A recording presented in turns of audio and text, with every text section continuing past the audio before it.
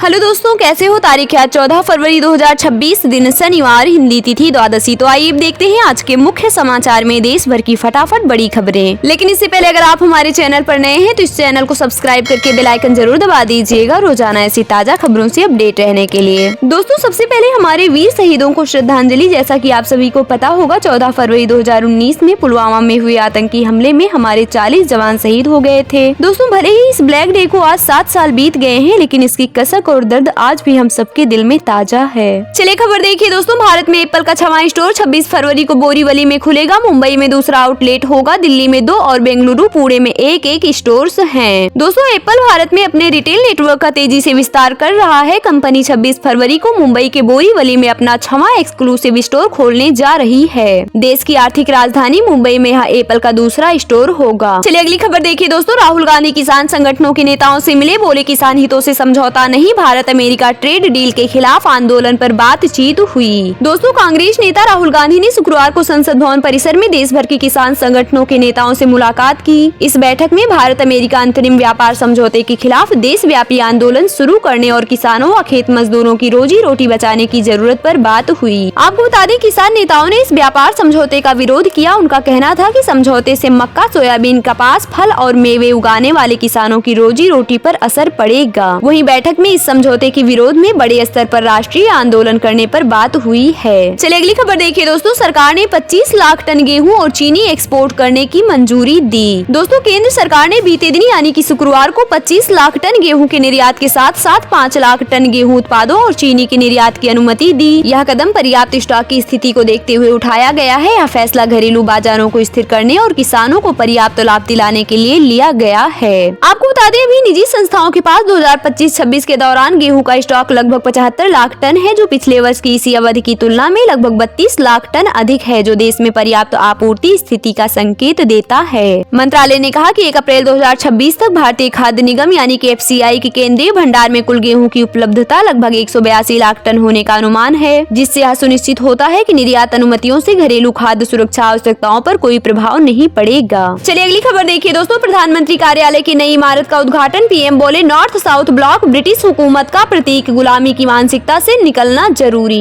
दोस्तों, बीते दिन प्रधानमंत्री नरेंद्र मोदी ने सेवा तीर्थ से कर्तव्य भवन 1 और 2 का उद्घाटन किया, साथ ही डाक टिकट और सिक्का भी जारी किया। कार्यक्रम के दौरान उन्होंने कहा कि आजादी के बाद साउथ ब्लॉक और नॉर्थ ब्लॉक में कई अहम फैसले हुए और नीतियां बनी, लेकिन ये इमारतें ब्रिटिश शासन की हुकूमत की प्रतीक थीं। इनका मकसद भारत को सदियों तक गुलामी की जंजीरों में जकड़े रखना था, इनसे निकलना जरूरी था। उन्होंने कहा कि ये भवन ब्रिटिश शासन की सोच के प्रतीक थे। रायसीना हिल्स को इसलिए चुना गया ताकि इमारतें ऊंचाई पर रहें, जबकि सेवा तीर्थ की इमारतें जमीन से जुड़ी हुई हैं, पहाड़ी पर नहीं। उद्घाटन के दौरान प्रधानमंत्री ने नए कॉम्प्लेक्स में लगी सेवा तीर्थ की पट्टिका का अनावरण किया। परिसर की दीवार पर देवनागरी लिपि में सेवा तीर्थ लिखा है। इसके नीचे नागरिक देवो भव यानी कि नागरिक भगवान के समान है का मंत्र भी लिखा गया है। इसके साथ ही केंद्रीय मंत्री मनोहर लाल ने बताया कि अब उद्योग भवन मेट्रो स्टेशन का नाम बदलकर सेवा तीर्थ मेट्रो स्टेशन किया जाएगा। वहीं आपको बता दें, प्रधानमंत्री मोदी ने सेवा तीर्थ में शिफ्ट होने के बाद महिलाओं, युवाओं और कमजोर नागरिकों के लिए महत्वपूर्ण फैसले लिए। इनमें PM राहत स्कीम के तहत दुर्घटना पीड़ितों को 1.5 लाख तक कैशलेस इलाज, लखपति दीदियों का लक्ष्य 6 करोड़ करना, कृषि इंफ्रास्ट्रक्चर फंड को 2 लाख करोड़ बढ़ाना और startup India fund of funds 2.0 के लिए 10,000 करोड़ का कॉर्पस शामिल है। चलिए अगली खबर देखिए दोस्तों। बांग्लादेश में 20 साल बाद BNP की जीत, तारिक रहमान का PM बनना तय, ममता बनर्जी ने भाई कहकर बधाई दी। दोस्तों, बांग्लादेश में गुरुवार को हुए आम चुनाव में बांग्लादेश नेशनलिस्ट पार्टी यानी कि BNP ने बड़ी जीत दर्ज की है। प्रथम पोलों के मुताबिक BNP और गठबंधन ने 299 सीटों में से 212 सीटें हासिल कर बहुमत के लिए जरूरी 150 के आंकड़े को पार कर लिया। अब तक 297 सीटों के नतीजे घोषित हो चुके हैं। वहीं जमात इस्लामी के नेतृत्व वाले 11 दलों के गठबंधन को अब तक 77 सीटें मिली हैं। देश में करीब 20 साल बाद BNP की सरकार बनेगी। आपको बता दें, इस जीत के साथ BNP अध्यक्ष तारिक रहमान का प्रधानमंत्री बनना तय माना जा रहा है। तारिक रहमान की जीत पर पश्चिम बंगाल की मुख्यमंत्री ममता बनर्जी ने उन्हें बधाई दी। उन्होंने कहा, मेरे भाई तारिक, उनकी टीम और बाकी सभी को बधाई। वहीं PM मोदी ने भी तारिक रहमान को बांग्लादेश चुनाव में उनकी शानदार जीत पर बधाई दी। फोन पर हुई बातचीत में PM ने दोनों देशों के गहरे ऐतिहासिक और सांस्कृतिक संबंधों पर जोर दिया। मोदी ने बांग्लादेश के लोगों की शांति, प्रगति और समृद्धि के लिए भारत की निरंतर प्रतिबद्धता को दोहराया। साथ ही रहमान को उनके प्रयासों के लिए शुभकामनाएं और समर्थन भी दिया। चलिए अगली खबर देखिए दोस्तों। साध्वी प्रेमबाई शाह की मौत को लेकर बड़ा खुलासा, 11 दिन बाद आई FSL रिपोर्ट, अस्थमा की बीमारी भी थी। दोस्तों जोधपुर में साध्वी प्रेम बाईसा की संदिग्ध परिस्थिति में मौत के मामले में FSL रिपोर्ट आ चुकी है। प्रारंभिक तौर पर सामने आया है कि रिपोर्ट में साध्वी को जहर देने या दूसरे अप्राकृतिक कारणों से मौत होने की पुष्टि नहीं हुई है। इसके साथ ही उनके साथ किसी तरह की गलत घटना के सबूत भी नहीं मिले हैं। आपको बता दें, स्पेशल इन्वेस्टिगेशन टीम यानी कि SIT साध्वी की मौत को लेकर कई एंगल से जांच कर रही है। जांच में टीम को साध्वी प्रेम बाईसा को अस्थमा की बीमारी होने का भी पता लगा है। दोस्तों FSL रिपोर्ट मेडिकल बोर्ड को भेजी गई है। अब पोस्टमार्टम करने वाले मेडिकल बोर्ड के डॉक्टर रिपोर्ट का एनालिसिस कर मौत के कारणों का खुलासा करेंगे।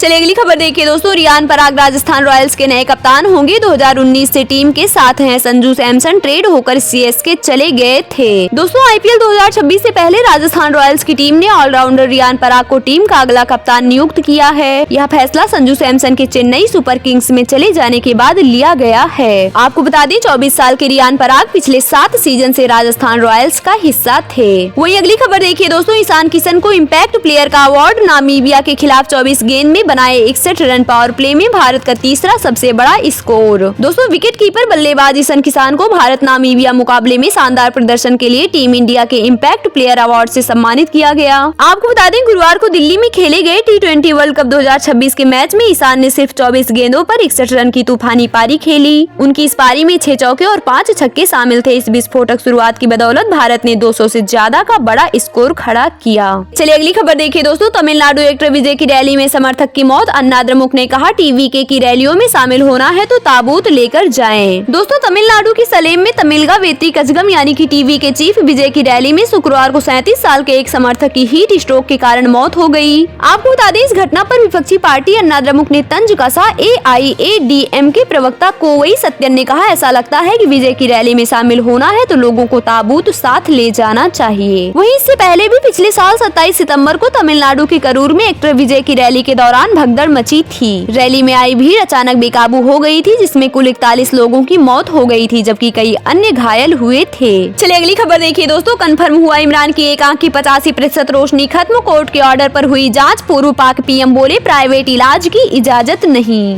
दोस्तों पाकिस्तान के पूर्व प्रधानमंत्री इमरान खान की एक आंख की करीब 85% रोशनी चली गई है। यह खुलासा पाकिस्तान सुप्रीम कोर्ट के आदेश पर हुई जांच में हुआ है। आपको बता दें जांच के दौरान पिम्स अस्पताल में एक आई एक्सपर्ट को बुलाया गया। डॉक्टरों ने पाया कि उनकी आंख में खून का थक्का जम गया था, जिससे गंभीर नुकसान हुआ। इलाज और इंजेक्शन देने के बाद भी उनकी दाईं आंख में अब सिर्फ लगभग 15% रोशनी बची है। वहीं इमरान खान का कहना है कि उन्हें निजी डॉक्टर से इलाज कराने की इजाजत नहीं दी गई है। चलिए अगली खबर देखिए दोस्तों, लोकसभा में हरदीप पुरी इस्तीफा दो के नारे लगे। संसद की कार्यवाही 9 मार्च तक स्थगित। बीजेपी बोली राहुल सत्ता पाने को देश का बंटवारा चाहते थे। दोस्तों बजट सत्र के 13वें दिन लोकसभा और राज्यसभा की कार्यवाही पूरे दिन नहीं चल पाई। लोकसभा की कार्यवाही करीब 10 मिनट ही चल पाई, वहीं राज्यसभा की कार्यवाही 2 घंटे तक चल पाई। अब दोनों सदनों की कार्यवाही 9 मार्च से शुरू होगी। बीते दिन यानी कि शुक्रवार को सुबह 11 बजे सदन शुरू होते ही विपक्षी सांसदों ने हरदीप पुरी इस्तीफा दो के नारे लगाने शुरू कर दिए। इसके 5 मिनट बाद ही सदन स्थगित कर दी गई। हालांकि 12 बजे सदन की कार्यवाही दोबारा शुरू हुई। इस बार हंगामे के बीच एजुकेशन और कानून मंत्रालय से जुड़े कुछ बिल पेश किए। इसके बाद चेयर पर मौजूद संध्या राय ने लोकसभा 9 मार्च तक के लिए स्थगित कर दी।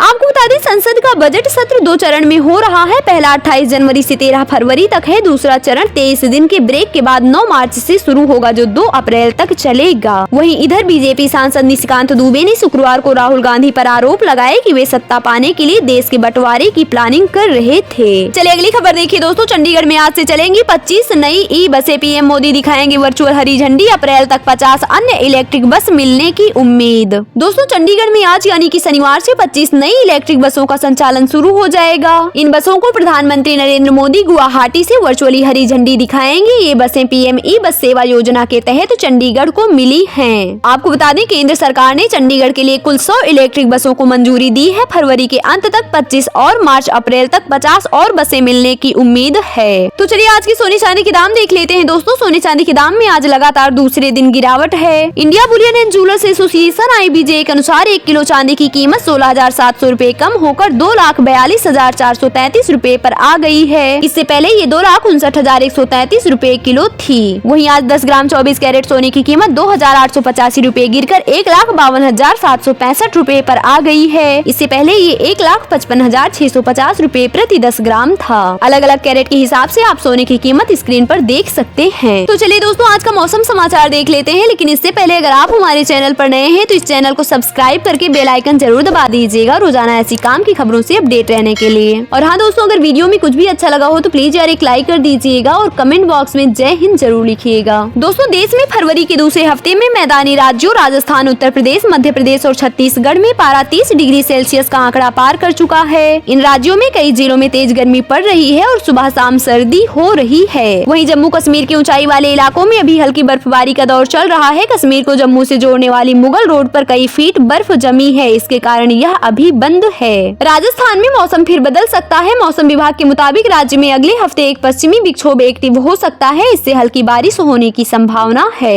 वहीं मध्य प्रदेश में सर्दी का असर खत्म होने लगा है। 15 से ज्यादा शहरों में दिन का टेम्परेचर 30 डिग्री पार पहुंच चुका है। अगले 2 दिन तक हल्की सर्दी रहेगी, लेकिन फिर तापमान 2 से 3 डिग्री बढ़ जाएगा। मौसम विभाग के अनुसार 16 फरवरी को पश्चिमी हिमालयी क्षेत्र में 2 वेस्टर्न डिस्टर्बेंस एक्टिव हो रहे हैं। पहाड़ों में इनका असर देखने को मिलेगा, लेकिन एमपी में कम रहेगा। वहीं उत्तराखंड के सभी जिलों में मौसम सामान्य रहने की संभावना है। किसी भी जिले में बारिश या बर्फबारी के आसार नहीं हैं। ऊंचाई वाले इलाकों में कड़ाके की सर्दी का असर साफ दिख रहा है। 7 शहरों का न्यूनतम तापमान 0 से -10 डिग्री से नीचे दर्ज किया गया है। बात करें उत्तर प्रदेश की तो उत्तर प्रदेश में सुबह और देर शाम हल्की सर्दी अभी कायम है। मौसम विभाग के मुताबिक 17 फरवरी के आसपास पश्चिमी उत्तर प्रदेश में एक पश्चिमी विक्षोभ सक्रिय हो सकता है। वहीं छत्तीसगढ़ में पिछले 3 दिनों में राज्य के औसत तापमान में 1 से 2 डिग्री की बढ़ोतरी दर्ज की गई है। अगले 7 दिन यही ट्रेंड जारी रहेगा। इसके अलावा मौसम में कोई बदलाव नहीं हुआ है। बात करें बिहार की तो बिहार में न्यूनतम तापमान करीब 8 से 16 डिग्री और अधिकतम तापमान लगभग 28 से 32 डिग्री के बीच दर्ज किया जा रहा है, यानी सुबह शाम हल्की ठंड और दिन में तेज धूप देखने को मिल रही है। वहीं झारखंड में अभी लोगों को ठंड से राहत मिलने की संभावना नहीं दिख रही है। मौसम विभाग के अनुसार अगले 3 दिनों बाद न्यूनतम तापमान में 2 डिग्री सेल्सियस की गिरावट दर्ज की जा सकती है।